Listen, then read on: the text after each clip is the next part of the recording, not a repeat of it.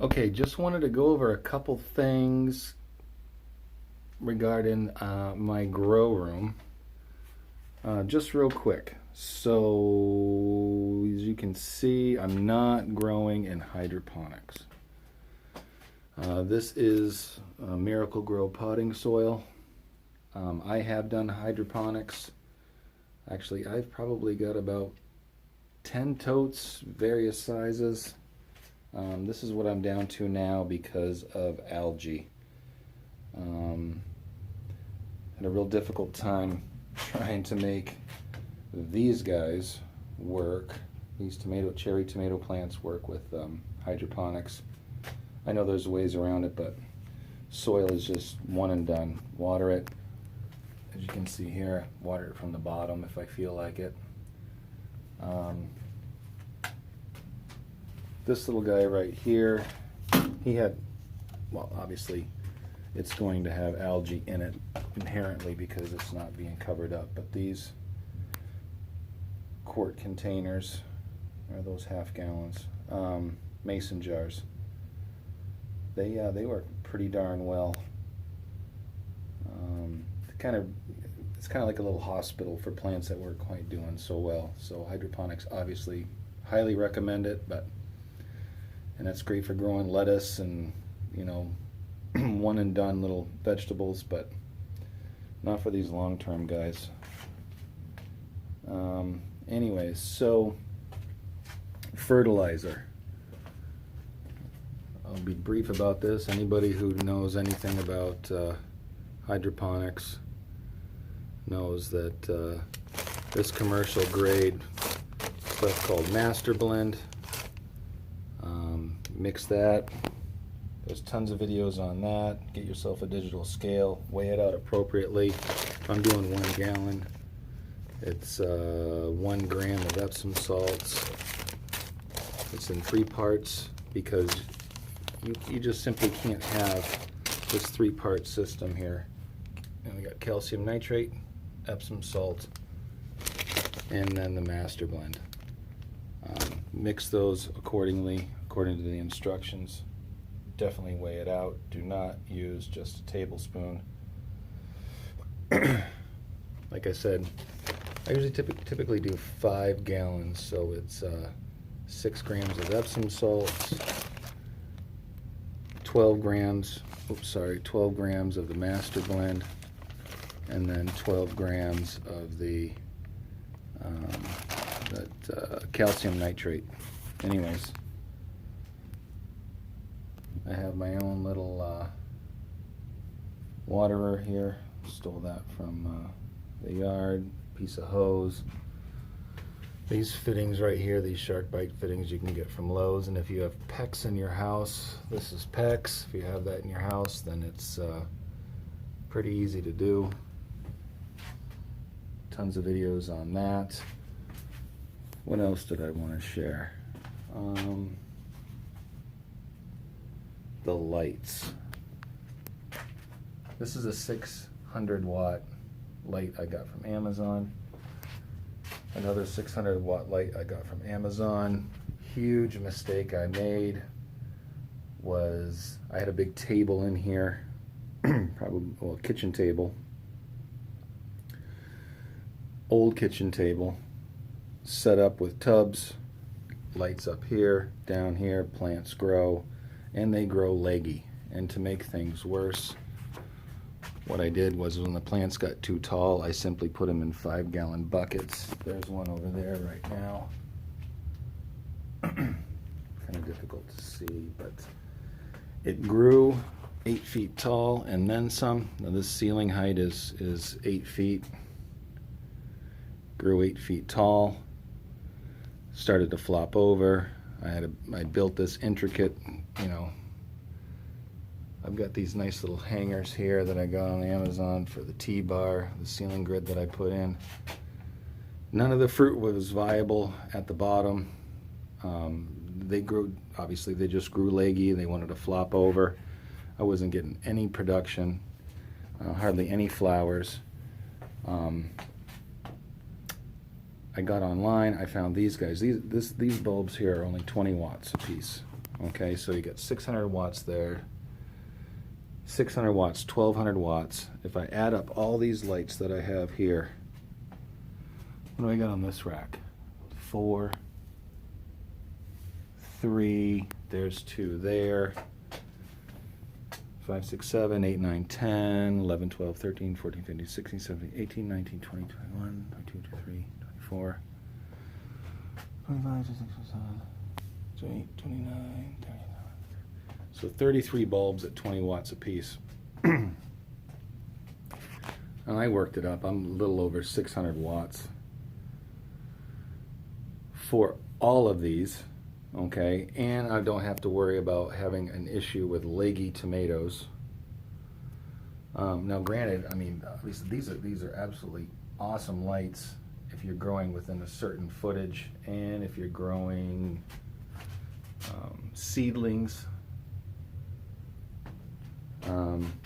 But I have yet to figure out how to manage the lights. So this is what I came up with. The tomatoes that were growing from the ground to the ceiling, I disconnected their trapeze of whatever. I laid them on the ground. I put a tomato stanchion, and I wrapped the plant around the outside of the tomato stanchion. And this, I'll tell you right now, this is the handiest thing in the world. I got this at the dollar store in the bargain section at the dollar store. It's just the tie that you get from the old twist ties we used to use for garbage bags. That's all it is. It's just twist tie and then go to town. So twist tied, I didn't want to cut them down. I didn't want to waste them. They got too leggy. So I wrapped the plants around the stanchion, dropped one of these 20-watt light bulbs down the center. Now if you look inside there, it's going to be hard to see, but I mean, I have fruit, flowers, and they'll all be, okay, right down here. Here's a good example. Look at that. That's at the base of the plant. You'd never see that. You can't get that distribution of light, and it's only 20 watts.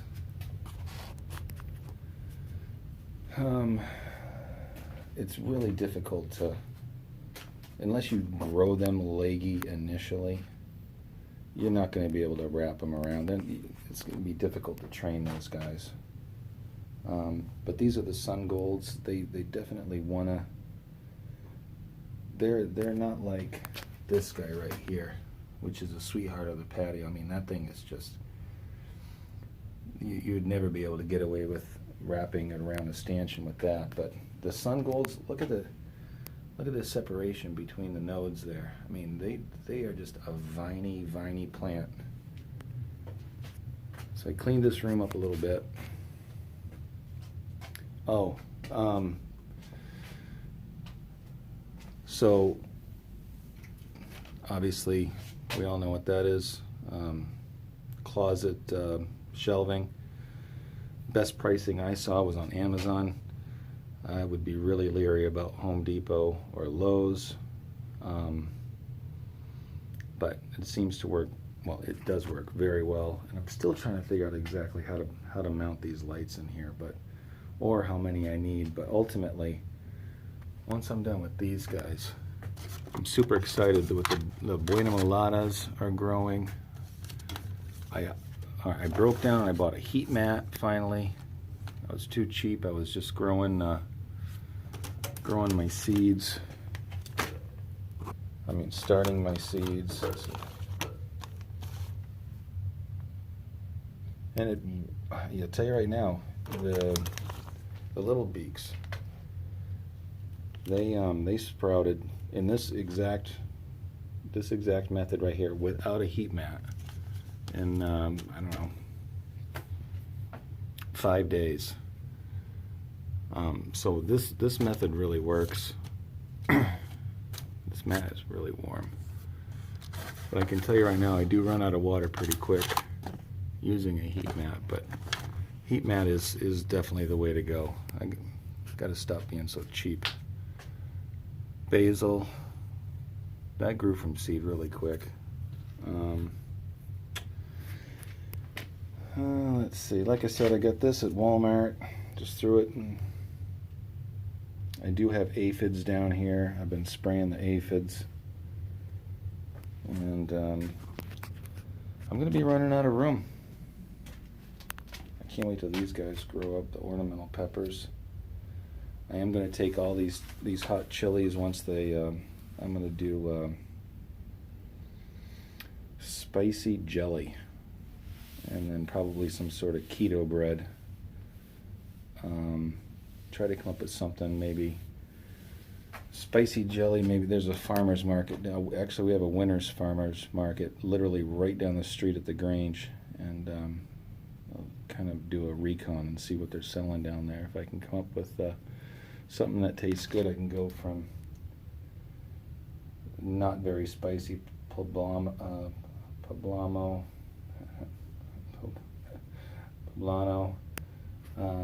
even as high as a Thai hot chili. I don't even know if those are habaneros. I said that the last time. Can you see that? Supposedly that's a habanero. Anyways, that's me rambling on. This light system really works, and it's all about, for me, decreasing the light. I looked at getting a solar panel. I mean, to get 800 watts worth of power out of a solar panel on Home Depot, on Amazon, it's like $1,300 for a system. So, and my electricity bill did go down. My electricity bill was $298. The previous month it was $330 when I was running these guys.